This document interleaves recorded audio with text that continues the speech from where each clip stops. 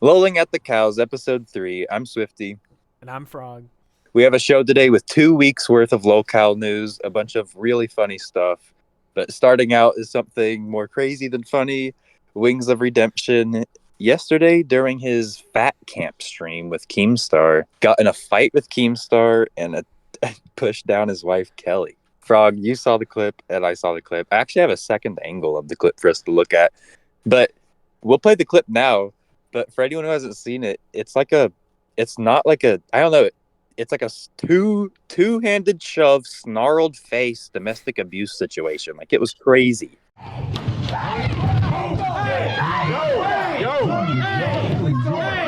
I think somebody was saying that, like, because we know some people who were there, some people were saying that he didn't even realize that he had shoved her over until he, like, looked down and saw her on the table. But, like, Wow. Like you said, it was a full-on, like, snarling, I phrased it as, like, a barrel through. Like, he just trucked through Kelly to try to get at Keem. He trucked through everyone. It almost, everyone trying to hold him back, but he was just this unstoppable force of rage. It was something else, dude. They couldn't stop him at all. To be fair, the people who were there and would have been trying to stop him were a bunch of fat retards. So, like, I don't know. I don't know if anybody would have had a chance to stop him. Maybe we should talk about what happened. I guess we should mention real quick what happened first was him and Keemstar. Like, that's why he was mad to begin with. Yeah. They were doing a fat camp, and a situation happened where they got in each other's faces. They started pushing each other. They put their hands on each other's throat, and then it looked like Wings started kind of like clawing at Keemstar's eyes or something, but they never actually hit each other. What part of it's not a fucking lie? Tell me what part of it. It's not a lie. Right there. It's a setup. That's not a setup. It's a fucking lie. And why are you getting loud in my face? Because I fucking can. Dude, are you fucking serious? You better stop. Hey, you better stop. Wait, chill. You better stop. Wait, you better fucking these people fucking cry. Roxy, where's goddamn first aid? Keemstar was whining so much about that. Like, after the fight had happened, you would have thought that he had been, like, shot at by enemy soldiers out in the jungle because he just kept showing off, like, the little bloody scratch on his neck and being like, I got that. Like, that's the result of the fight. It was just like, bro, you literally got, like, scratched in a shoving match with your friend. And he's getting loud in my face. So I got in his face. I'm like, are you serious? And then he started pushing me. I'm like, dude, I'm going to swing. You keep doing that. And he went to go grab me like this. Yeah. Like, that's where this came from. Retro Super Chatted $20. And I kept saying, I'm going to hit you. I'm going to hit you. I'm going to hit you. I'm glad and then he wouldn't fucking, and then somehow it got broken up or whatever. Like, it's not I saw someone on the Reddit call it a scar today. It literally was nothing. People made more fun of, like, Alex Novell for getting hit with that, like, metal bar and, like, screaming about it than they have Keemstar getting a minor cut on his neck and then crying on stream about it. Like, it's absurd. So watching it, I thought it's real. Like, just it looks like that is. I get that they have fake stuff before, but like just looking at everyone's reaction, it looks like that is how people kind of react. Like, I've seen guys get in each other's faces like that and not really want to throw punches. Like, sometimes it's just how it goes. It looked real to me. What do you think? Yeah, I think that was 100% real. That was probably the only unscripted thing at that fat camp was Wings, like, attacking people. Because maybe if it was just the Keemstar thing, I would have been like, oh no, it was faked and scripted. But then with the Kelly thing on top of it, it was so clear that he was just done with shit. Because I think the whole thing started, to give context to the situation, Wings had leaked that they knew Becky was going to be flying out to Fat Camp to do stuff. And he mentioned in some passing way that it was scripted, that they knew Becky was coming and that was scripted. And then Keemstar and everybody just started, like, repeatedly were giving him shit about having leaked it. And just kept pressing him about it, bringing it up on stream, and then Wings eventually, after, like, people annoy you with something like that for a while, obviously you're gonna start pressing back, and he starts like shitting on Keemstar for putting out like paying $35,000 for like a shitty resort for them to stay at for Fat Camp, and then Mike starts backing up Keemstar, saying that Keemstar, knows what he's doing. He doesn't have bad ideas typically, and Wing starts using all of the stuff that's been going on at Fat Camp as a bad idea, and then it resulted in them like kind of peacocking against each other, and that's whenever the fight actually happens. So it all started because of scripting. Yeah, and like, so what's interesting, also I really like calling it peacocking, because like I saw people saying like, why didn't they throw punches if it was real? But I've seen it go down like that before, like that. Anyway, what's worth noting is we have an interesting angle to this, because I used to write the dockets for lolcowlive, the aka like all the little subjects that we're going to talk about on the show. And it got to the point where like episodes 10 through 25, I just completely wrote the show by myself, at least the docket. And then they would talk about it. And it's worth noting that like they never scripted anything then, at least with me. Yeah. And they've never scripted anything like to this potential. For example, the cancer thing, it was played up. It wasn't scripted. You know what I mean? Yeah. I was gonna say I do want to note that was pre-Kid Behind the Camera era, and Kid Behind the Camera is notorious for scripting, and I think that's one of the reasons why Keemstar brought him onto the show, was because Keemstar doesn't like lolcows. He's not into lolcow culture or anything like that. So I think he didn't know where to take the show during all the punishment arcs after the cancer thing. But he saw that there was money-making potential in it, so he brought in Mike to kind of help him write scripts and stuff like that. And Becky, we know she scripts stuff, but I don't know. One thing I thought, and this is just on the topic of scripting in lolcowlive, not really related to the whole Wing situation, but Mike pointed out a thing that I totally agree with, and I do think is true, is that he's not really scripting, he's setting up a plot point. So he the example he used was he saw a truck hitch and he was like, hey, how can we use that for content? So then it was going to be like, hey, you mess with the truck hitch, then she'll come out and yell at you, and then you guys improvise the rest.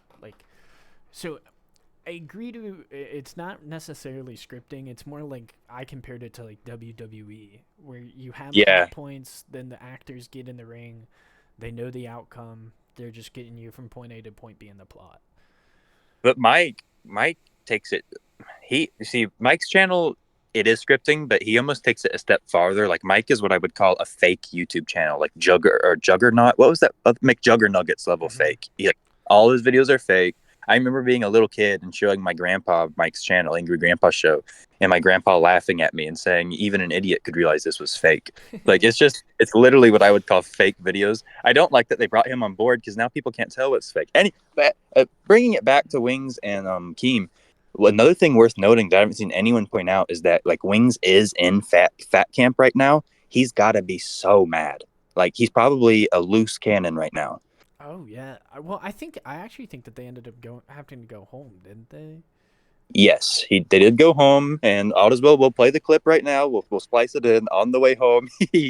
What do you call what he did to Kelly? He touched her arm. We're not going to call it a slap. Yeah, but he like grabbed her. He like grabs her arm pretty like harshly. Yeah. And then like you can see her in the video. She like grabs on, like she holds the spot where he like either smacked her or like grabbed her while they're driving. Alright, when you start seeing it go up, now you go. We made it so far. Stop! Stop! Yep, there you go. Oh my god.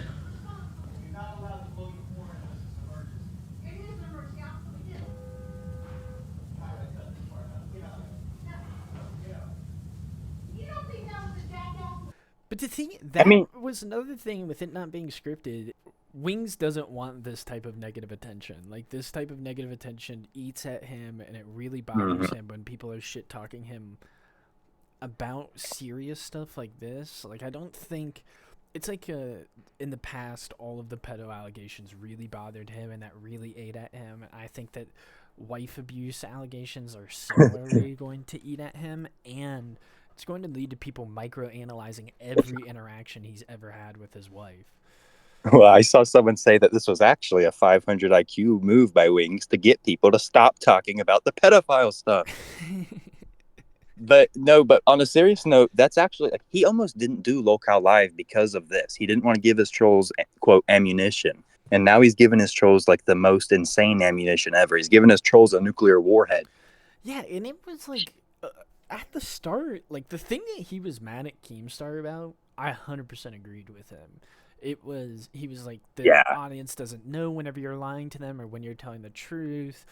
Like, it wasn't, all your ideas aren't good. Some of your ideas are really bad and, like, immature. And, like, I agreed with him. I was like, yeah, the scripting is stupid. And if I were in his shoes, I would also be really pissed off if everybody around me was basically mocking me and calling me an idiot because I accidentally leaked that something was scripted whenever everybody knows everything is scripted. Like, nobody believes that the show is real anymore because, like, they keep scripting stuff and keep getting caught. Like, I don't know. I would just be so pissed. And then, like, maybe I would try to fight Keem. But then once the Kelly thing happens, then it's like, oh, shit. Yeah. And imagine, like, you're like, you're very, very hungry. We'll say that. Like, you're at fat camp. You're already the most agitated you've been in years.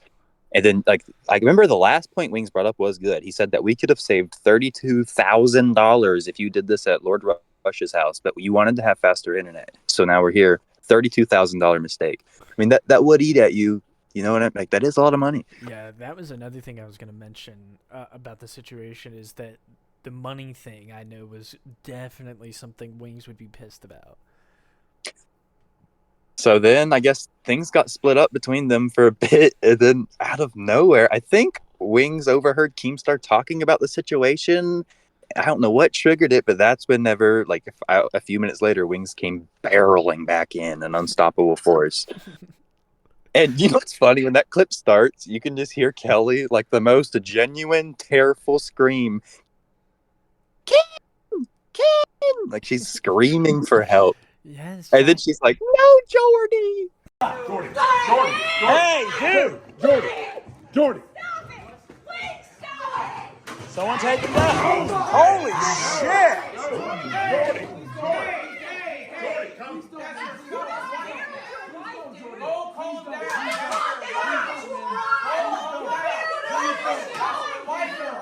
Calm down! Get the fuck away from her!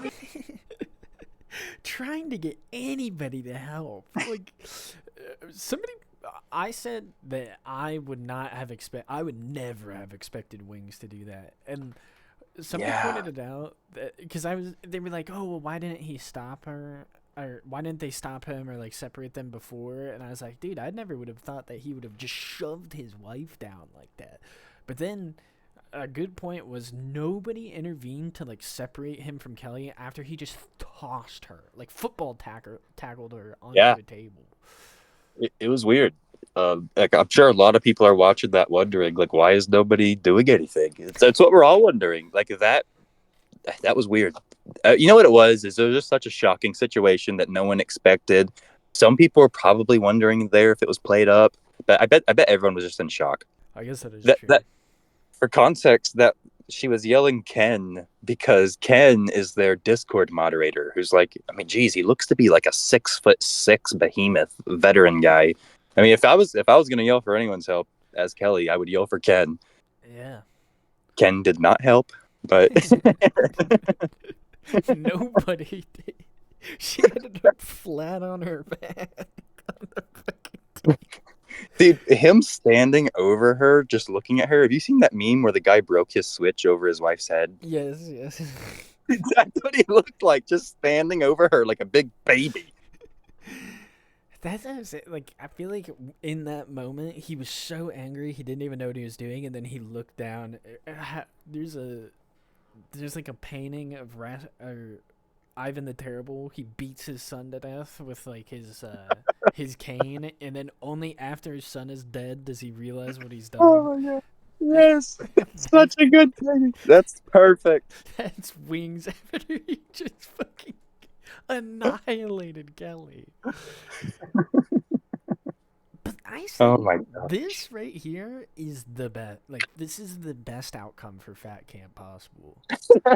Like, everything before this was boring, like non-10. If you watch it, you're probably somewhere around a 65 to a 70 IQ, and you're giving your government checks to Keemstar so he can buy another mansion. Like, that is what was going on before this. You were just watching fat people get in pools. But like this last day was insanely good content. And of course Keemstar is going to do everything in his power to ruin it, make it into like some type of moral crusade where he's gonna have to quote unquote fire Wings. He already did. I turned on the stream today and he was like, so as it stands, we have to fire Wings. Wings is officially fired. But we are all Wings' friend. So initially we were talking about suspending Jordy for like 90 days with a potential path to come back. We're at a point now where I don't know if there is a path back. So as of right now, he's fired off the lolcowlive. Wings is at a place right now where he's going to have to work on himself. Yeah. He's going to have to get through this. Yeah. And me and Boogie are still committed of like helping him, just so you Yes, guys know. without a doubt. And let's say, I don't know, if he's does a complete 180 and he's fixed, 90 days down the road, dude, me and Boogie do not Marketing want to fire Maverick Super Wings. Chat at 19. But to finish my thought, if let's say 3 months down the road, like, because initially the plan is he would not be able to return to lolcowlive until July 1st, which is 90 days down the road, right? And we were going to make him do extensive, like, fixing himself. I'm still open to that, Yes, right? yes. But, like, right now, like, bro, he's got to be fired. And first of all, like, dude, don't be someone's friend who like attacks their wife. But whatever, you want to be his friend, you want to be his friend. Keemstar said multiple times he hopes that Wings can be rehabilitated within 90 days in time for their next event in July. Within 90 days. Yeah. I hope he can learn that beating his wife is not okay within 3 months. But it's like, he did the same shit with the Boogie cancer arc, where it's like, Boogie lied about having cancer so he could get pity donations. I said, you know what, we're gonna have to fire Boogie, we're gonna have to let him go. And it's like, dude, this is what the show is about. Like, the show, like, you want So these true. two fat idiots to just keep fucking up. Like, that's It's such an unnecessary, unneeded angle to throw into it. right. You know what you got into. And like, Well, Wings, you're acting like Wings. We have to fire you now. yeah, dude, it's so stupid. It's so dumb. But like, I mean, is it like to protect his reputation? Because it's like, in my head, it's like, okay, you're already associated with the guy who beats his wife and the guy who faked cancer. Like, you already worked with these guys and gave them a platform, so it's not like you pretending to be some type of moral character is going to protect you from criticism. And then also, you add in kid behind the camera, and like, what are you doing here? Actually, he did more trying to defend kid behind the camera with his controversy, which I don't even think I can say is so bad. Like, Yeah, dude. Like, he's literally assembled this team of horrible people. Not to mention Keemstar, your reputation ain't so good to begin with, buddy. Let's just say you got some skeletons in your closet. like, what is the point of pretending like, yeah, we gotta let the guy go. We gotta. This is where we gotta draw the line. It's like, dude, in my head, lolcowlive has always been supposed to be a rat race to the bottom. See how quickly they can hit like just the core of the earth in terms of content. I guess I'm naive because I saw how well, for anyone who doesn't know, Wings of Redemption lost somewhere from 40 to 60 pounds at his first fat camp 10 years ago, 13 years ago, something insane. My naive ass had like the good ending in my head, where like in a year, Wings and Boogie are actually skinny from fat camps, multiple fat camps. No, dude. I think that is like a big thing. I think a lot of people who initially started watching Lolcow Live believed that it was going to be some kind of path to redemption for these lolcows, and that they were actually gonna get real audiences and real people who like them, and that was gonna change who they were, and they were gonna become new people. And then like slowly over time, it's just like, well, Boogie lied about having cancer so he could get attention. Oh, Wings of Redemption attacked his wife on live stream. Like, You know, it's interesting because the redemption story actually was, although be it slowly, unfolded. Because Wings went from like bottom, like scraping the bottom of life, whatever you call that, rock bottom. He was at rock bottom, and then he starts a new podcast. Well, no, first, actually, okay, I'll start over. Wings was at rock bottom. Then he finally goes and does the actual boxing match, which was a big deal because for anyone who doesn't know, Wings was kicked out of his old podcast because he canceled on a big event they were doing, and everyone thought there was no way that Wings would be brave enough to do the boxing match. So he redeemed himself there. Then he starts a new podcast, which is now basically as big as his old podcast. It maybe doesn't get as much views, but he's making a good bit of money now compared to where he was at rock bottom. So he's redeemed himself on the viewer base. Then it's time for the big moment, Fat Camp. Wings is going to get skinny again. Like, it all came down to this, and the bad ending unfolded. our karma points were way too low, and we got the bad ending. Yeah. I'm sure there are some autistic individuals out there who could outline every single bad thing he's done from now until then. But like, these dudes are lolcows for a reason. Like, they will always lose. It doesn't matter like how much help you give them. These people will just fuck it up. Like, that is the whole point of it. I can see it now. In 7 days, he's gonna boot up a Rainbow Six Siege stream. He's gonna have like the word push banned, the word wife banned from chat, the word Kelly banned from chat, the word fat camp banned from chat. Yeah, dude, it's like back to normal. And that is a running theme through like half of the stories we have for these 2 weeks. Like, it is just lolcow after lolcow going back to the same old habits and defeating every single opportunity they have been handed. Like, it's just bad. Yeah. I mean, all I got to wrap up with that is, Wings, I hope you're ready to be run through the ringer by your trolls, dude. Yeah, dude. I mean, I don't even know. I don't know what else they can do to him. I mean, the real thing that is going to eat at him here is knowing that they're right. Like, it's one thing whenever people call you like a pedophile online for no reason at all, but like, them making fun of you for shoving your wife on live stream, knowing damn well that you did that in front of like 5,000 people, is gonna be bad. Just another thing I was gonna say, with it being good for Fat Camp, this has gone viral. Like, this has gone. It was on the front page of r/YouTube drama.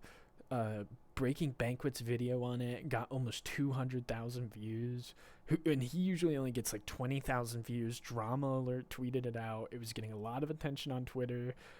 People have been reposting it everywhere. Like, this is going viral. So, I mean, it's gonna be about as bad for him as possible. And a key thing, r/YouTube drama is like a cuck site. Pretty much all they do is just like whine about stuff. And I have never seen so many Wings trolls congregated outside of YouTube or Kiwi Farms. Like, it was the whole thing was just bringing up old detractor shit. Like, it was crazy. So this is, like you said, he's about to go through it. That's so funny. They have no, like, that's so funny. Like, they're like, it's like a 3D chess move. Now that it's kind of in viral, they're going to go to the YouTube drama subreddit and bring up everything he's done while people are talking about him, just to fuck up his life. Just to make it even worse. It's like, dude, it's about to be bad for him. And Keemstar, of course, is just going to kick it while he's down. Mainly because they fought. Like, we do not give Keemstar any credit for this, because it is just because if he does actually punish him at all, like legitimately punish him where he's kicked off the show, it is exclusively because Wings tried to fight him. Like, it is not because of any moral conundrum he has with like Wings beating his wife. That's so true.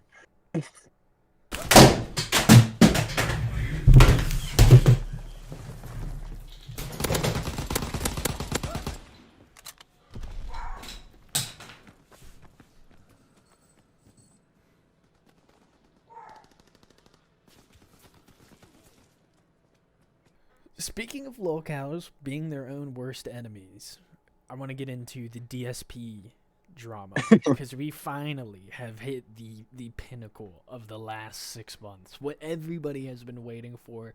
And in my opinion, as somebody who has followed Phil for almost 8 years now, I think that this is the best arc that we have had since he went bankrupt. Like, this is the most insane shit ever, because so basically Kino Casino has been buddy trolling Phil for the past 6 months. They brought him on to talk about RTU, or Review Tech USA, who is one of DSP's oldest trolls. He constantly would fuck with Phil. He did live streams about Phil. Every May 1st, he would do a May burst stream where he would put up Phil's face if he was, or O-face from the masturbation stream. If he was just doing tech news, he would put up Phil's masturbation face in the background just to let more people know about it. Just like, maybe not his arch nemesis, but one of his biggest trolls, and somebody that Phil absolutely despised. If some newer people might know about how Phil talks about Duty or It's a Gundam. Before those two really got into the prominent, forefront of Phil's eyes, it was RTU. And It's a Gundam might be a little bit earlier than that, but still, like, he's one of his oldest rivals. But anyway, they bring on Phil to felt him and troll him on stream and shit talk him. And then after that, they adopt him in as their pet lolcow. And everybody was telling Phil, they're fucking with you. Like, they're making fun of you to your face. They're calling your wife fat. Yeah, felt DS, get him! Get DSP's fat wife! By the way, get her! They're saying that you're like an e-beggar. Well, let's just be real. Phil has always had the magic power of the grift within him, okay? Yeah. They're mocking you. And no matter what, he would tell people, no, that's not true. They're my friends. They're helping me out. This is my redemption. This is my, like, return to prominence. And then finally, PPP, Phil is doing a card pack opening of WWE cards. And PPP looks at one of the fat women wrestlers that Phil unpacks from it and says, "Oh my God, it's Kat," and laughs to Phil's face after calling his wife fat. This one does have like a chromium effect to it, so maybe this is a rarer card. I don't know. Oh God, it's Kat! Oh, how dare you! And then they do like another 2 hours of streaming. In that moment, Phil decide it's over.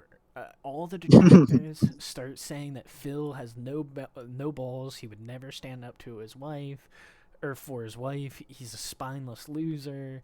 Like, just shitting on him for not backing up his wife whenever another man calls her fat. And then Phil goes out and he does this. He drops his own WWE promo on PPP saying that he's going to quit the show unless PPP apologizes and that he's not allowed to call her fat anymore and all this shit. You will tip me $40 right now if I properly address Ashton berating my wife again. All right, you ready? Ashton is fucked up for ever bringing up my wife. He should never have her name in his mouth. And I've spoken with him about it. And if he continues to bring her up in his content, whether it's his show or mine, smart guys, I will no longer work with him. We've had it out. I talked to him about it. It's fucked up that he would ever bring her up. It's one thing if he brings me up and he wants to razz on me because he's helped me out tremendously. All right? My wife has nothing to do with him or his content. And I swear to God, if he fucking brings her up again in a negative way in his content, I will cut ties with that man. And then PvP in response, goes on to his own live stream and just keeps calling Cat fat. He says that he's allowed to say whatever he wants. And they're doing like this. Kino Casino does this thing where they do like hype call outs for donos. So it's like, shout out to this person, shout out to that person, thanks for the $5. And then he would be doing that, and then he would just randomly toss in, she's a fat whore. We're only 582 away from the goal. No bitch is fat. She's fat. Just like hit him with random shit. But finally, so that was the end of it. After that, Phil cut ties, and it was all over with Kino Casino. But we have written down here. So PPP also went on to, after that, PPP went on to a show called The Truth Seekers with this guy named Steve, who did an interview with DSP, and it was kind of one of the initial calling cards where it was like, okay, hey, the arc is about to end. Because PPP set up an interview with DSP and this guy Steve on the show Truth Seeker, and the guy Steve just went through the bank leaks, DSP's bank leaks, and grilled him on the fact that they were all legitimate and all true, and DSP is just coping the whole time. PPP, after the saying the thing where she's a fat whore, he goes on to the Truth Seekers with Steve and starts to say some different things about DSP. So we have some of them written out here. I wrote this down within the first 15 minutes of the show. This was all the names that PPP called DSP. he calls DSP a pussy dickless worm, a pathetic little bitch, a bum, a liar, a grifter, a scam artist, a whore, a prostitute. He says that his wife is a fat pig, says he doesn't fight back, and that PPP could have come to DSP's house and fucked his wife. Called DSP a worthless bitch pussy, said that DSP does not have a soul, said that DSP was a husk of a man, says that PPP could have pissed in DSP's mouth, calls DSP a disgrace, and finally says that he is a joke. Cat's fat. She's a fat bitch. And Phil's a pussy, and he's a worm, and he's a scumbag and a beggar.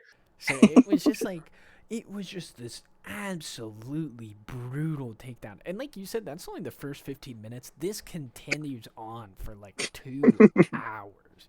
He's just brutally going in on him. Screaming it. Yeah, just a pussy dickless worm, a pathetic little bitch. I could have come to your house and fucked your wife.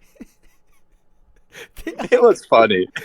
I could have come to your house and fucked your wife. It was so good. But ultimately, I'm just testing him to see where he's at as a man, to see where the resistance is at. Where does it stop?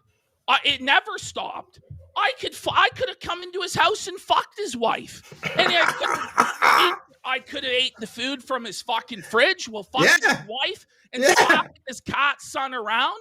But the thing that makes PPP so funny is he sounds like it sounds like a preacher. Like he is like in a pulpit being like, "You're a dickless worm. You're a husk of a man." It's just always so funny. Like whenever he says the thing where it's like, "She's a fat whore." It's just like it's so good because I can just imagine like a 1920s Southern preacher wiping the sweat off of his head, screaming it out in the crowd. What do you think DSP, like I imagine DSP sitting in front of his computer silently watching this. I wonder if he like just grimaces at everything he calls her.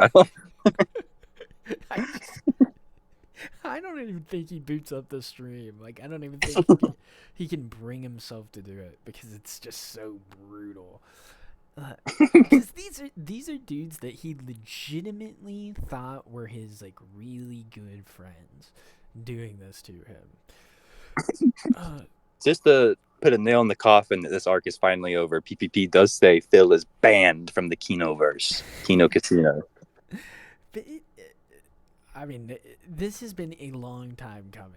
this arc went on so much longer than I thought it would, and I think that PPP at a certain point genuinely really did want to help Phil. And but there's some stuff that's gonna come up later, but Phil was saying a lot of shit to PPP where it was like, if somebody told you that, even if they were somebody like Phil, because I've always maintained that Phil is not like the worst of the worst of lolcows. He's just kind of a annoying man-child. Like, Yeah. there's nothing really nefarious about him. So like, if a guy like that comes up to you and he's just groveling at your feet, begging you to help him, like, you might feel some empathy for him.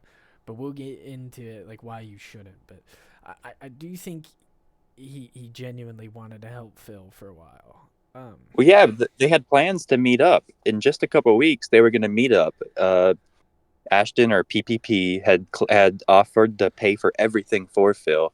There were these little hints here and there that Ashton was trying to help Phil. At the same time, Ashton says it was all a troll, but I think he wanted to help Phil a little bit. Like, it's just, unfortunately for Phil is really funny. You know, like, you're right. He's not that bad. He's just too funny.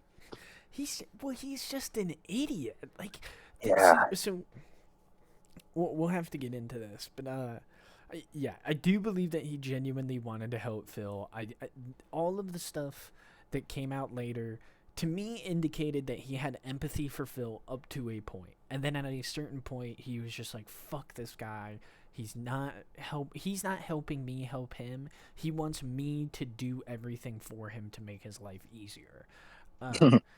But so after the Truth Seekers stream with Steve, PPP goes on to the Kino stream with Andy Worski, and he says that they are going to leak all of the DMs between DSP and the Kino guys on a stream on Friday with a old school DSP detractor named It's a Gundam. Somebody that Phil that appeared in a interview with the side scrollers, one of the old pinnacle of DSP content prior to the Kino arc. And Phil, being a mastermind, decides that he is going to go out and do his own live stream where he leaks the DMs before Kino Casino can leak them. Genius. Which, to be fair, I do see a way that works. In my head, if I was Phil, what I would have done was I would have taken all the DMs with me and Kino and be like, hey, I know these guys are going to leak it on Friday anyway, so I'm just going to leak all the stuff now. There's stuff in here that's embarrassing and that, like, you guys can use to make fun of me, but I genuinely believe these dudes were my friends. Then they flipped on me and, like, made me look like an idiot. So. Well, yeah, and at the end of that video, he should have said, I thought they were my friends, but I couldn't handle them making fun of my wife. It is what it is. I'll move on. Right. And she should have left it there. That's it. That's the video. But instead, Phil, being probably one of the dumbest people in all of existence, he goes onto a live stream and invites Review Tech USA on it. And his plan is to make everybody believe that it was all a troll that Phil had set up after the Side Scrollers interview like a year ago. And that Kino Casino was actually playing into his hand. Like, what does that even mean? One of my favorite quotes from it was RTU being like, so you ruined your reputation and made yourself look stupid and like to get a win or something like that. And Phil goes, not only that. So what you're saying, this whole entire thing for your casino arc was 4D chess, that you were playing them to the point that you would hurt your own reputation and career? Rich, not only that, I cased probably 6 or 7 different individuals who I thought I could maybe get in their good graces, figure out how to get in on it, and see what would happen. Like, immediately just acknowledges that is what he did. But it's just like, it was so insane. And he tries to frame it as like I said, he tries to frame it as if he's been plotting this idea for a year, where he, like, I can't even think of what the troll is, but he's been plotting for a year to let people make fun of him to his face and do drama content sometimes, so that way he can expose them for making fun of him. Like, I don't even know what, like, what is the thing that you win there? Because he also starts it off by saying that the Kino guys don't have a squeaky clean record either. And it's like, okay, so people might already believe that they're bad guys. So what was the purpose of doing this troll where you pretend to be their friend? Seriously, also, what's their bad record? One of them did cocaine back in the day. Right. You can see one of them, their butts. You get to see one of their buttholes, and one of them did cocaine. Okay. And another thing was, people went through and grabbed all of the DSP messages that he sent in the Kino chat, and it's just days and days and days and paragraphs and paragraphs and paragraphs. And then it's like, oh, okay, this was all part of my master plan, was I was going to hang out in your chat and ask you to, like, stream with me and talk about how much I hated the people that you were streaming about and make jokes and make commentary. Like, it just, none of it makes any sense. Yeah, it's just so stupid. He has to try to do this weird, cringy, or an unwell thought out 3D chess move that everyone sees right through instead of just taking it on the chin. One thing was, like, I was watching a different podcast, that being said, and they brought up what happens if everybody believes him? Like, what does he think? Does he think that people are going to watch him in these DMs and be like, oh my god, like, it's all true, he's been trolling everyone? Like, I don't know. And none of it made any sense. It was extremely stupid. But during it, obviously, he goes through and he leaks the DMs that everybody that they had, that everybody was expecting on Friday to be exposed with It's a Gundam.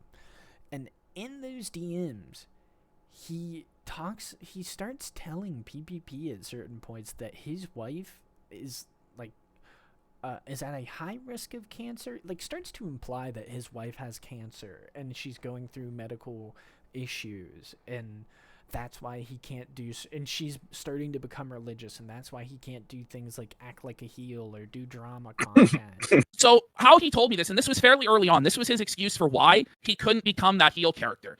So he says, my wife is sick and has been all year, and she's not getting better. He says not cancer here, but later on he'll tell me he suspects it is cancer. But she has multiple things going on, and this year has been hell for us. I've lied a lot to my audience. Well, that's not surprising, Phil, about it, because it's nobody's business. We did some stuff on stream earlier this year, but then things got way worse. She may need major surgery, and we are pretty scared and hoping for the best. You are the only person I've told about this, so there's no one else in his life that he can confide this information to. No friends, no family, nobody. I'm the only person. Because, like, Kat's life was ruined when she got too close to Phil. Like I've said before, the man is a giant Sonichu medallion. You just get too close, your life just falls to pieces. You develop some form of cancer. You can't have kids. Your rabbit's dying. Andy Worski's no longer chill. But he made me snap, dude. And then he tries to say she has found religion again this year as a result of all this going on. It's really rough for me because I used to be religious in my life, and then I changed. I'm supporting her through it, and we are really hoping that there is a light at the end of the tunnel. I think there is, and then out of nowhere, I'm doing stuff with you guys, and things are going well, and we're making extra money. And now we're going to be able to see a different doctor on Wednesday of this week because we can afford it. But I think you can now kind of figure out why I cannot become the big heel of the internet right now. So this guy, like, it's basically, if I stopped working with him, his wife could no longer afford medical treatment. This is what this guy is laying on me, man. Like, holy fucking shit. It's just like, and at the beginning of the show, before they get into them, he says, and they bought it all. They believed everything. That my pet was dying. That my parents were dying. That my wife was sick. They bought it all, hook, line, and sinker. How they didn't know that everything I was saying was fake, I don't know. Because, I mean, I'll give you some examples here. I said, my wife was sick and she had found God. And now because of that, I can't do this idea that you came up with. And they bought it. I said, oh, my rabbit is sick, so I can't do the show today. My mom is sick, so I have to fly. I keep saying sick, like every excuse was someone's sick. Yet they bought it every time. Every fucking time. It's like, okay. Like, even if that is true that you did lie about that, that's still, like, disgusting. And then if we take them at face value and that you were lying about all this stuff, then it's disgusting. Like, it's just a lose-lose situation. One thing that he does with all of these major streams that he has coming out, which I hate and bothers me so much, is he came in with a couple pre-planned jokes, and you gotta give Review Tech props during the stream because he interrupts every single one of them and like just sucks. Not only is Phil not funny and has no comedic timing, but then you have RTU there sucking all of the jokes, like all of the energy out of Phil's, or all the wind out of Phil's sails as he's trying to drop these things. But he brought out a poker chip case, which wasn't funny whenever they did it with Review Tech, where they had like a poker chip case, and then they were taking chips out every time Review Tech did something bad, and Phil was like, "Oh, we're gonna do that with them," and then Review Tech was like, "Okay." and then he had this whole like long diatribe about how he was the king snake, so the Kino guys had snaked him, but he was the king snake, which is a snake that eats other snakes and like tricks them into coming into his den. So like he was trying to set up this whole thing about him being the king snake, and then Review Tech just keeps interrupting with like, "So are you gonna swallow me, Phil?" Or just shit like that. It's just very funny. And then he tried to set up this thing where he says it's not the level 1 podcast, it's the level 666 podcast from hell. But he really quickly and hurriedly gets it out because he knows it's not funny as he's saying it, and he's just like trying to get it past it really fast. This is not the level 1 podcast featuring RTU at all. Ladies and gentlemen, this is the level 666 podcast straight out of fucking hell, because today, live on the show, it is time to explain to you how over the last 8 months and the last couple of years, all of my planning has finally come to fruition. I robbed Kino Casino. Did he elaborate on that? No, it was literally just, it's the 666 podcast from fucking hell, because they're gonna like felt them. But people were taking bets on how long Review Tech was going to be on Phil's podcast before Phil kicked him out. And initially people were thinking it was only going to be like 10 minutes or he was going to be there for an hour. It ended up being 30 minutes before Phil finally just rage quit and kicked Review Tech from the show. But, so Worski says, I think he chickened out because he can't handle the heat. That's what Worski said right here, that Mudahar can't handle the heat of doing it. These are all nothing burgers. Where is the damning stuff here? We're going to go, we're going through a lot of stuff. Relax. Relax. And then here, well, I'm trying to find it. He basically says, I think that, oh, this is Josh Moon. He says that basically the detractors contacted Mudahar en masse, and he thinks that he pussied out because your detractors contacted him. That's what PPP says. Okay? Screen share that link that I sent you. I want you to explain it to me. I'm not screen sharing any links. We're not doing any bullshit that you want to do. It's not your show. Why is you not doing? It's not my show, but you brought me on. All right. So I think Phil, I think you thought this is going to be like some like battered wife. Like, yes, let's go. Like, I don't care about I really don't give a shit. I don't care about. Okay. So I guess we'll continue on. Let me go ahead and get rid of this. I tried, everyone. Really, I did. I tried to make it entertaining. That man is not entertaining in any way, shape, or form. I really wanted to give it an honest shake, but he's an idiot. With this whole arc, there were a couple things that, like, I thought were really poignant that people said, and Review Tech got it out last, so I'll give him credit for it. But throughout the entire arc, PPP was making fun of DSP to his face and trying to get him to improve his content in ways that detractors have been doing for a really, really long time. Like, hey, you need to stop snorting into your microphone. Hey, you need to, like, upgrade your background so it's not just a bunch of empty game console boxes. Hey, you should count all forms of support and not just tips. Like, all of these things that detractors had said for years, PPP said it to him, and instead of treating him, PPP, like he was like a stupid asshole, Phil did it, and it did make his streams better, and it did make his life better for a little bit. But I just thought that was like a poignant thing, and it also feeds into another thing that PPP mentioned, where all Phil cares about is not giving the trolls a win. He cannot stand to give detractors a win. So whenever PPP makes fun of Cat being fat to DSP's face, it does not bother DSP. But whenever detractors come back like a day or two later and start making fun of Phil for not defending his wife, then DSP has to stand up for his wife. You know, what else sucks about this whole thing for Phil is that he may lose all of his original or most of his original pay pigs. The people who warned him not to do this and not feed into the trolls, and the people who he has convinced for years that he's actually a no drama streamer. Like, he basically threw that out the window when he went to this Kino arc, and now he may have lost all of his Kino supporters and all of his original whales. This could end up being like Phil. He may end up losing a lot of his income from this. Yeah, I think this is going to be very bad for Phil. I don't see any way that this comes out with Phil not worse than him going into it.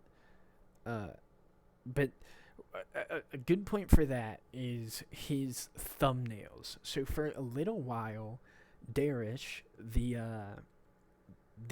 guy that Phil had to ban from his streams whenever he was confronted by Josh Moon and PPP on one of his first interviews early into the Kino arc. That guy used to make thumbnails for Phil. Then during the Kino arc, he picked up a different guy to make thumbnails with him. And now he has nobody making thumbnails for him. So he's just uploading videos with no thumbnail, or the classic DSP thumbnail where it's just like a colored background in his face in the front. So like, you aren't wrong. You can literally see it in his content. He banned one guy who made thumbnails for him, and then one of the Kino guys left. Like, it's...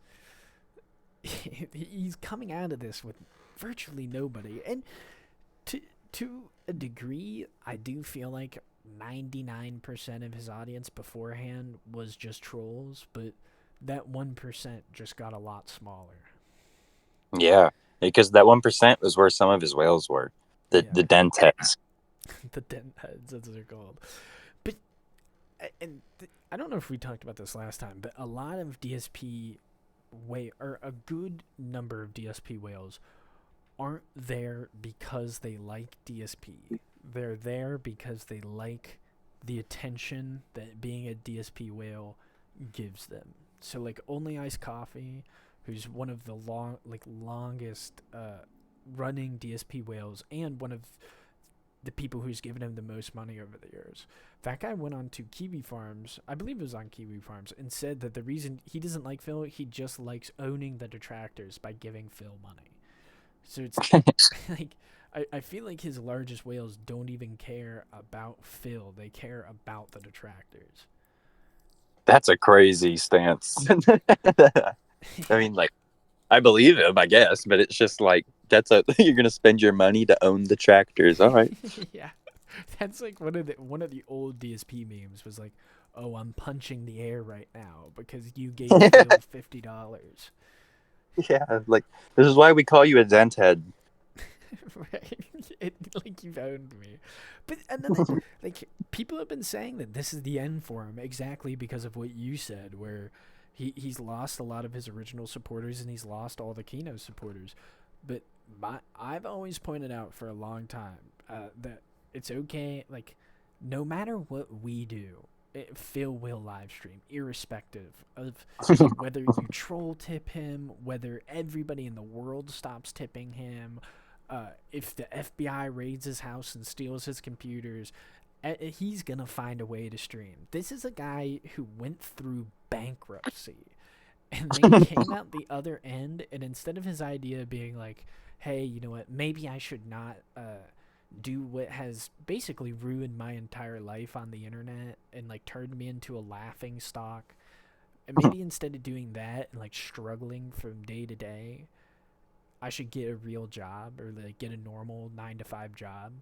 He instead tripled down and said that he was going to come up with a 3-pronged plan in order to save his streaming business. So, like, we don't have to worry about him going away anytime soon. The arc is never going to end. He is a pig roach for a reason.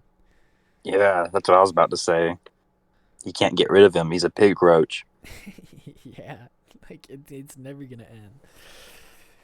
He will go bankrupt as many times as it takes to own the detractors. Because like I said a little bit earlier, his main thing is not giving the detractors a win. So if he quits and goes and gets a 9-to-5 job, he lets the detractors win. The original time, the first time he went bankrupt, and this is another thing. He told his audience that his parents were sick, and that he kept talking about how he didn't know if he was going to see them before they died, all this stuff. That was during, I think it was either a little bit before the bankruptcy happened or a little bit after, but it was whenever he was getting married to Kat. He started talking about how his parents were sick and how he wasn't sure if he was going to get to see them before they died. And he got a bunch of extra donations, obviously, because people felt bad for him and wanted him to be able to go see his parents. So then he flew across the country, got married, and flew back. And oh my gosh. But while he was there during the wedding ceremony, his mom confronted him because he was going through the bankruptcy process, or the bankruptcy was fresh in their memory, and said, hey, look, I'm going to give you a lot of money right now. I'm going to give you $10,000. I don't know exactly how much it was, but it was like a big lump sum of money. And she was like, I'm going to give you this money so that way you can, get back on your feet. But I want you to like quit streaming and try to find a normal job, because I don't think this is healthy for you and it's clearly not working out financially. And he told his mom, yeah, you know what, I will do that. I'll quit and I'll like phase out streaming and I'll go back to doing a normal job and maybe just do streaming as a hobby. As soon as he got back to Seattle, that plan went out the door, went back to the 3-pronged streaming plan. So even his parents appealing to him at like the lowest point of his life could not get him to stop streaming. Were they actually at death's door or no? No, apparently this is just a common lie he tells because he knows it'll get sympathy from people. Because he told it recently, right? Didn't he tell that lie on Kino Casino recently? Yeah, he told that to Kino. He told Kino that he thought his mom was about to die. And the last time he had said that was 4 or 5 years ago. His mom has been on death's door for 5 years. And now he says, and then he later said that he lied. He lied about his mom being sick to Kino as like a troll. Yeah, in order to trick them into having sympathy for him, which is like a great. I mean, I guess you own them because they had compassion for someone. Like, I don't know. At least you're being honest about that part. Yeah, we'll cut in the clip of it, but the way he says it is just so gross. Like, it's so sick. And now he has basically at this point dropped the facade that there ever was some kind of master plan and admitted that he got blindsided by it. But just the fact that he thought this would help him out in this situation is extremely funny and crazy. Liar, you. I'm good at lying. So with King Cobra, he's back and he's streaming this week. And last week we said that the reason he got banned was probably from going on the lolcowlive, and he probably got mass reported.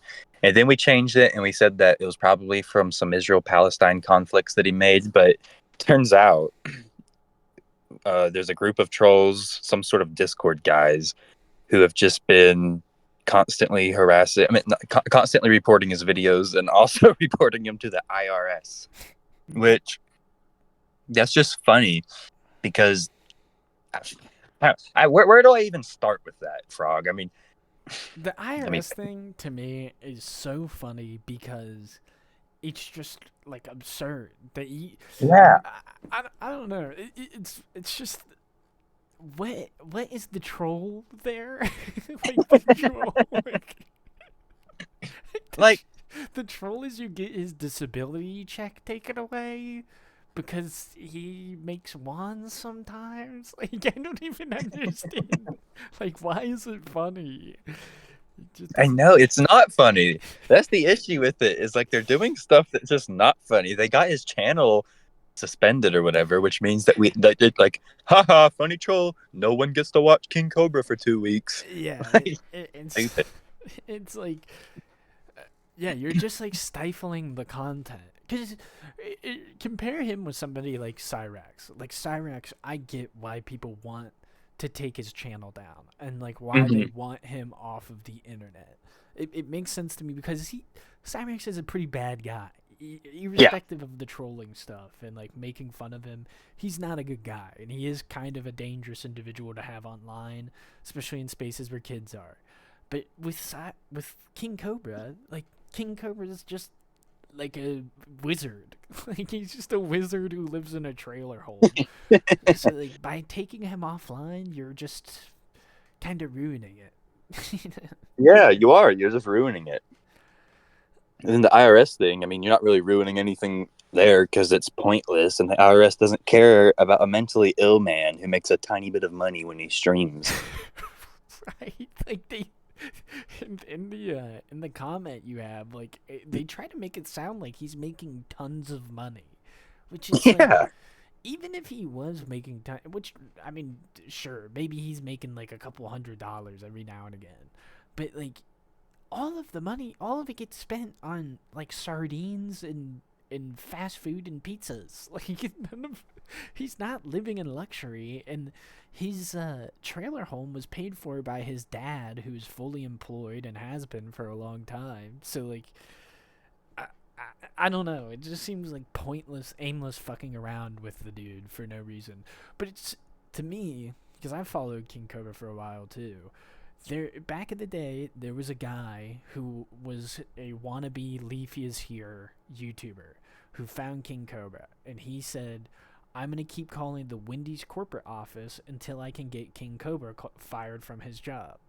And it was like, okay, that's a really unfunny troll, but it ended up working, and Cobra got fired, and then he just started streaming from his house. So instead of getting these funny stories where King Cobra goes to Wendy's and casts a spell on the soda machine to dispense ice.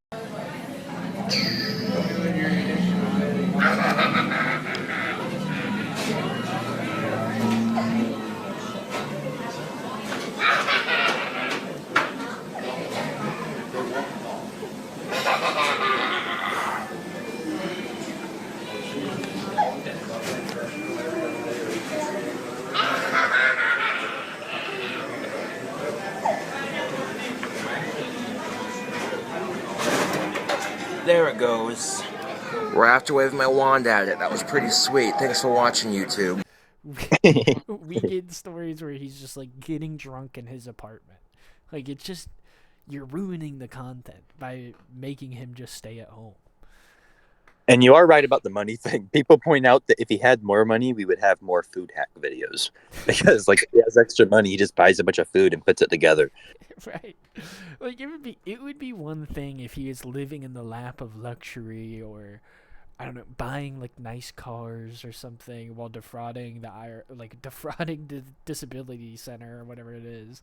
But he lives in, like, before he lived in a dog shit apartment, and then now he lives in a dog shit trailer home. Yeah, speaking of the trailer home, there's a different troll, because like that last troll's not funny. In my opinion, this one's a little bit more funny.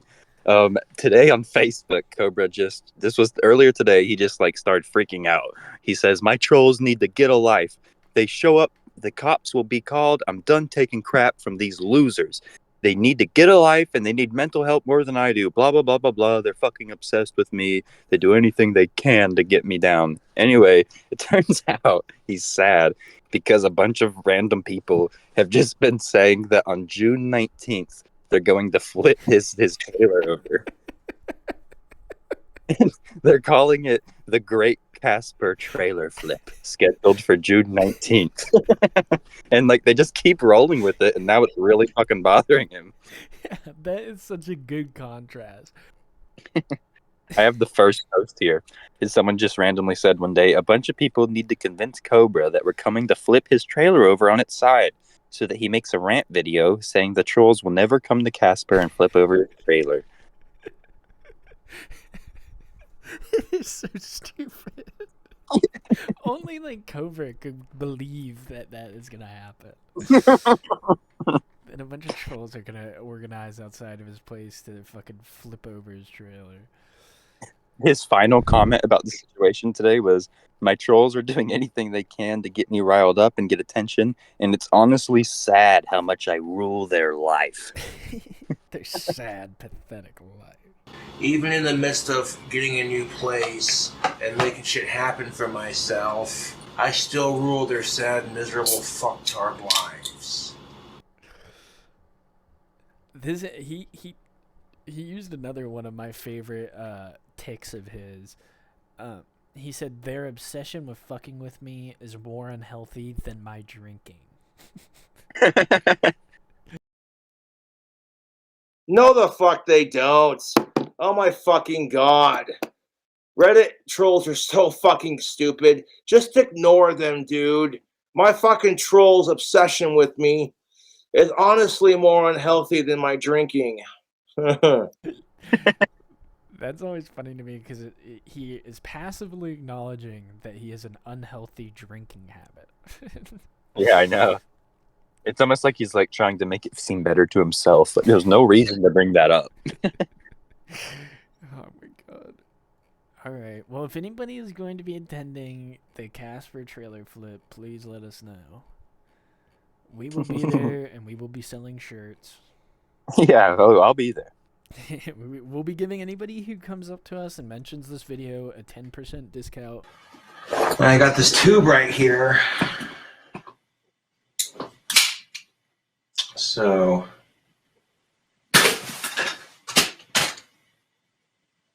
what the fuck? All I have to say with Josh Block this week is that for some reason he rubbed his nose for several days straight until all of his skin came off at the tip of his nose. And also, as of today, he's been wearing the same shirt for 8 days.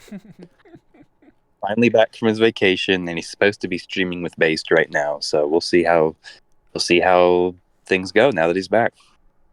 I am worried about the post-Based era. I feel like that might have been peak Josh, because Based was just from a... Based seems to be changing a little bit. He seems to be going more and more onto the wanting to be a normal streamer, not really wanting to be like a gutter streamer, and he was just kind of letting Josh run amok and recording it. Whereas yeah, I think people are going to get involved that might not let it go as far. But at the same time, he is at the peak of his popularity right now, so. And he is back with Based, so at least we got a little bit more of that for now. Yeah, we'll see. Even Based thinks he's about to leave. Yeah, and Based hasn't been streaming without Josh. People think that his party deal must not be very lucrative. It's only worth streaming whenever Josh is there. There was a guy who came and interviewed Josh, I think sometime a little bit after we released the last video. So it hadn't happened yet whenever we released our last video. But Josh did an interview with somebody named Craft Culture. It is hilarious. He's asking him questions like, what would you prefer, kicking a lady or screaming the N-word in the middle of like Times Square? What would you say that you found more enjoyable, kicking a random woman on the street or calling a black man the N-word? Kicking. Kicking. just funny shit like that. He knew exactly how to handle Josh and what would be funny to ask him. And Josh goes with it the whole time. Like, he's not freaking out. He's answering the questions normally.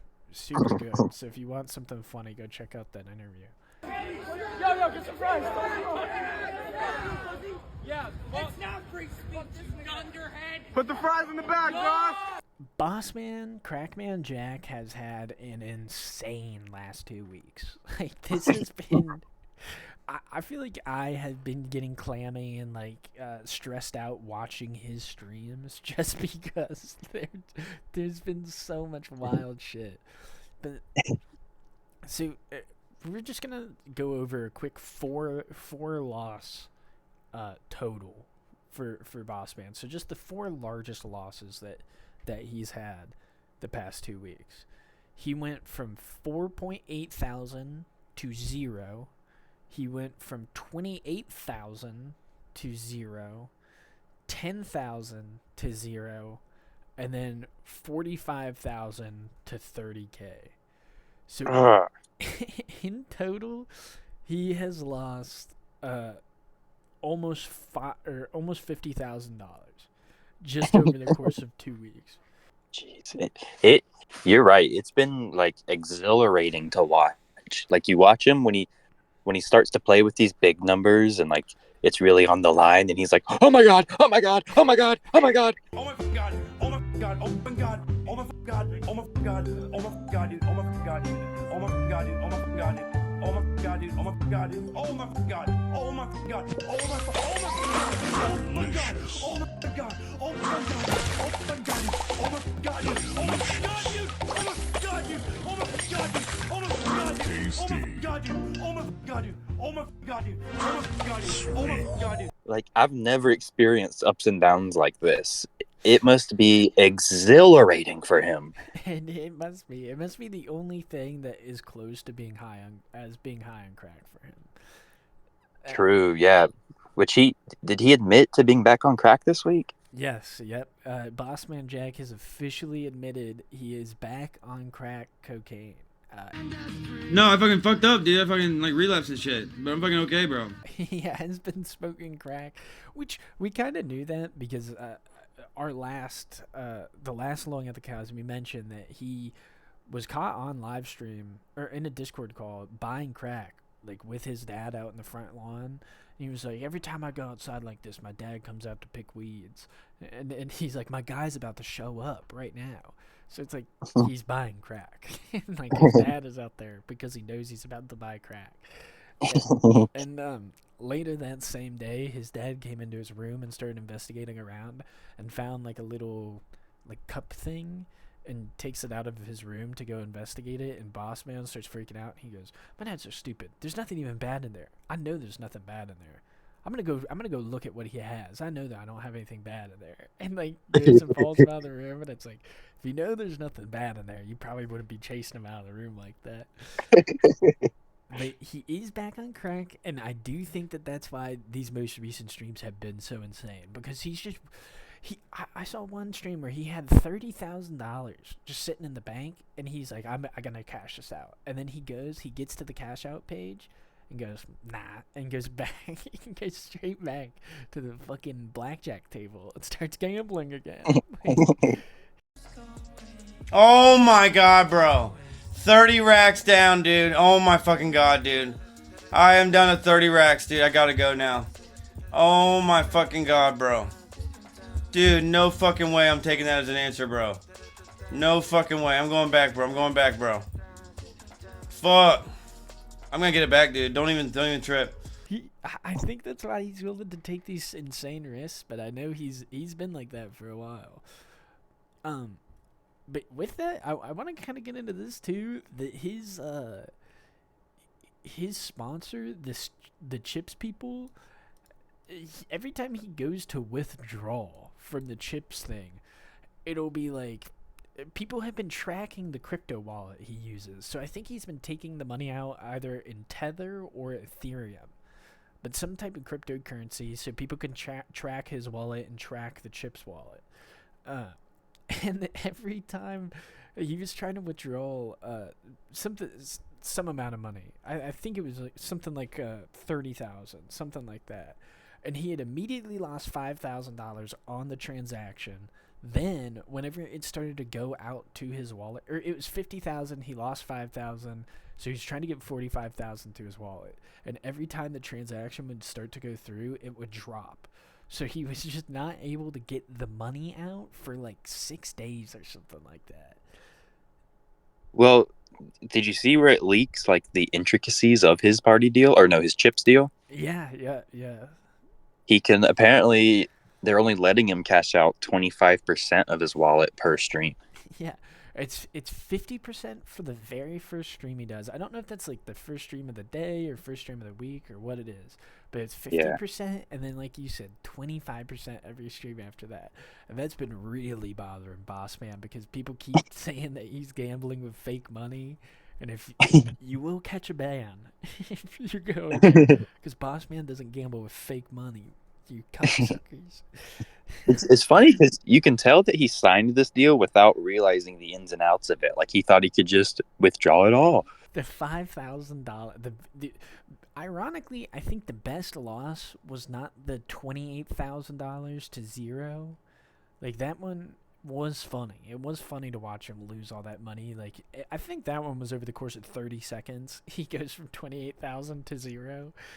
But the 5,000 to zero was one of the funniest things I've ever seen in my life, because it starts off, he goes up to $4,800, and he starts bragging to the chat. He says, "Oh my god, I'm out of fucking debt, dude. Oh my fucking god, bro. Oh my fucking god, dude. Holy fucking shit, bro. I'm going to put that in a safe. If I owe you money, please hit me up." He's losing his shit. He says that, and then immediately bets all the money and loses it over the course of 30 seconds. Like it's all gone. Come on, guys. Oh my god, I'm fucking out of debt, dude. Oh my fucking god, bro. Oh my fucking god, dude. Holy fucking shit, bro. I'm gonna put that in the safe.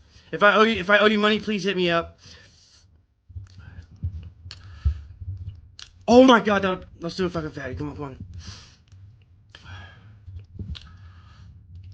Oh my god, dude. Stop. Dude, come on, man. Dude, are you fucking shitting me? Do 1,001. Here we go. Oh, dude, what the fuck is that? Bro, I should have left, man. Oh my god! You're talking about fucking rig, bro! Oh my fucking god, dude. I fucking had every bit of it, dude. Oh my fucking god, what am I doing, bro? Come on. Cash that. Oh my fucking god, dude. I cannot believe I just did that to myself, bro. Oh my fucking god, bro. Oh my fuck. Dude, I'm gonna fucking dude.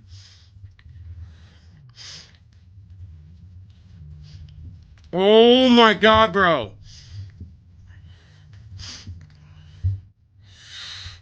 Oh my god, dude. Dude, I'm gonna fucking. Oh my fucking god. Oh my fucking god, dude. Oh my fucking god, dude. He did not save any of the money. None of the money went into the safe. Like it's comparable to when he got all that money on stream and then was like, I'm gonna pay, like, let me call my crack dealer because I'm up so big right now. Ordered crack and then gambled all the money and lost it and had to call his crack dealer and tell him he couldn't afford to buy crack.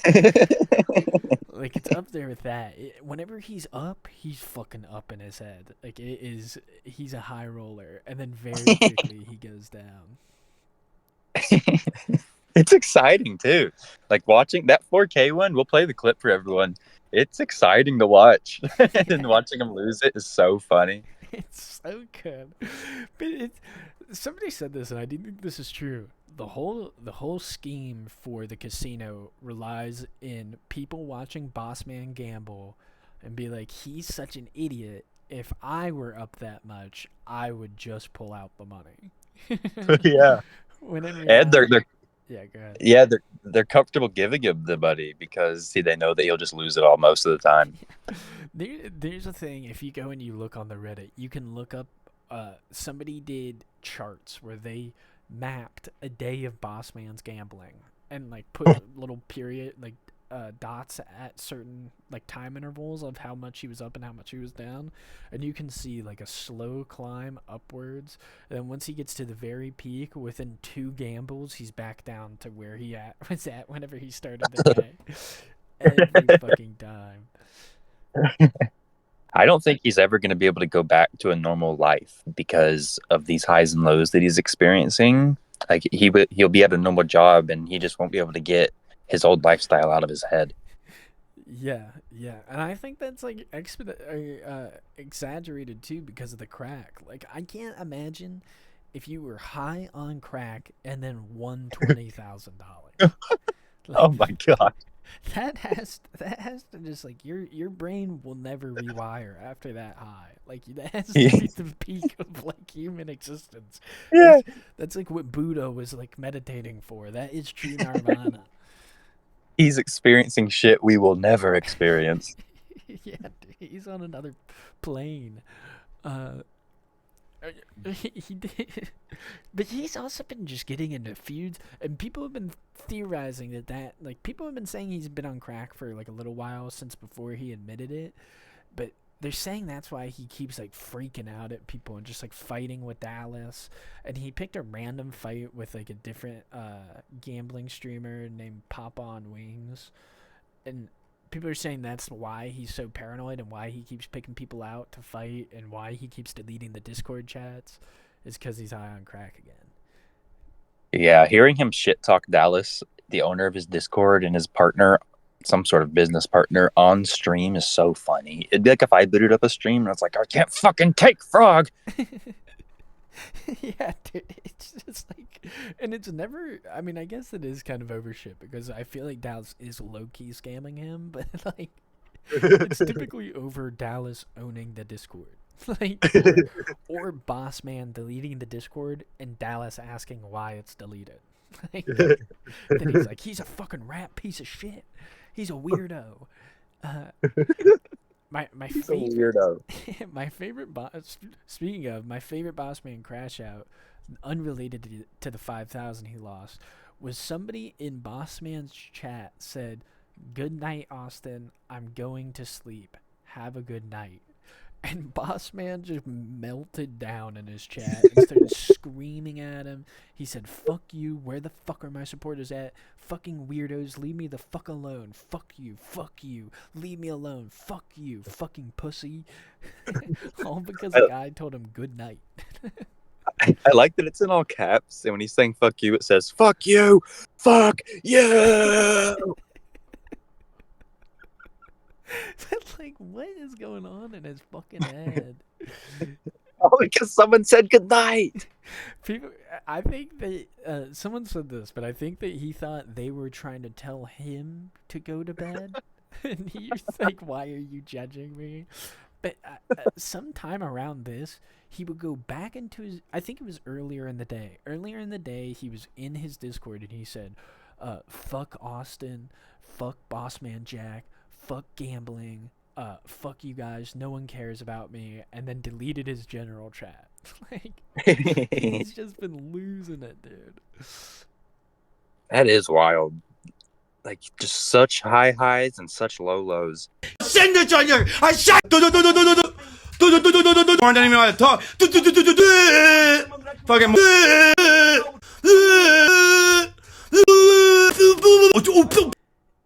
If you made it this far in the video, we appreciate it. Leave a like and drop a comment letting us know what your favorite story of the week was, or in this case, the last 2 weeks. We try to drop a video every Monday, so subscribe to get future updates. Thanks.